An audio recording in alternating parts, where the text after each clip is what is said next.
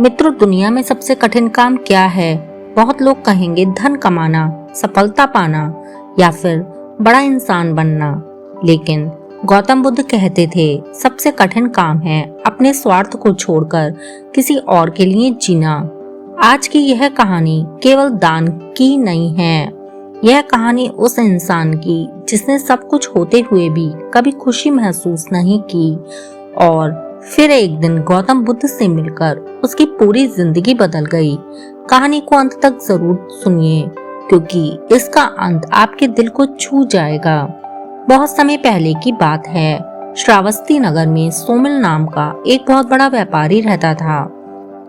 उसके पास एक बहुत बड़ा घर था, सोना चांदी था, रुपया पैसा था, नौकर चाकर थे, लेकिन उसके मन में हमेशा एक डर बना रहता। उसे हर समय यही चिंता रहती, अगर मेरा धन खत्म हो गया तो, अगर लोग मुझसे आगे निकल गए तो। धीरे धीरे उसका मन अब कठोर हो गया।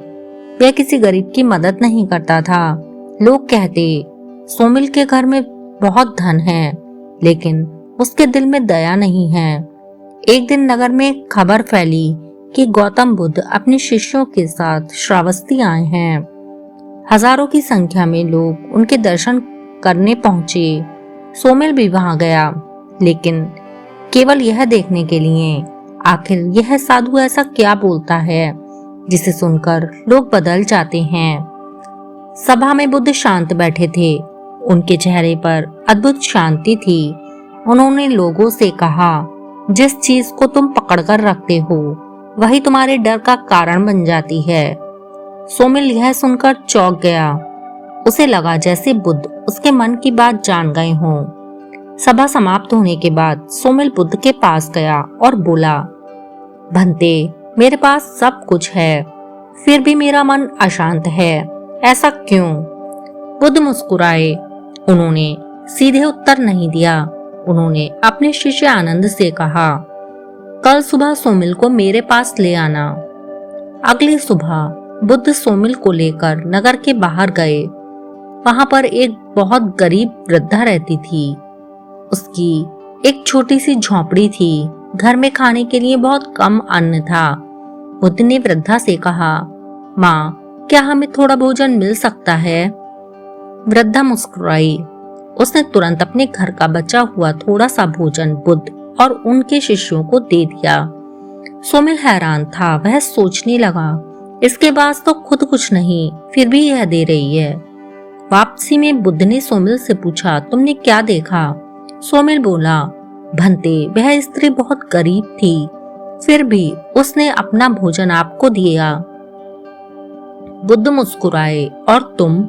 सोमिल चुप हो गया। उसे याद आया, उसके विशाल भंडारों के बावजूद भी कितने गरीब लोग उसके दरवाजे से भूखे लौट जाते थे।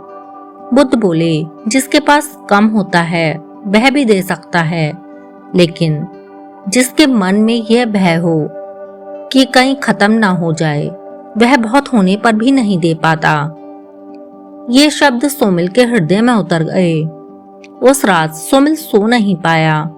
बार बार उसे वह वृद्धा याद आती रही। वह सोचता रहा, जिस स्त्री के पास कुछ नहीं था वह इतनी शांत कैसे थी?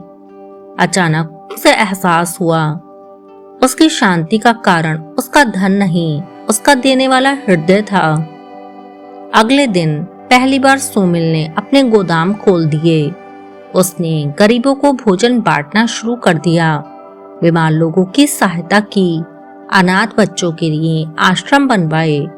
धीरे धीरे नगर के लोगों की दुआएं उसके साथ जुड़ने लगीं और पहली बार रात में उसे गहरी नींद आई।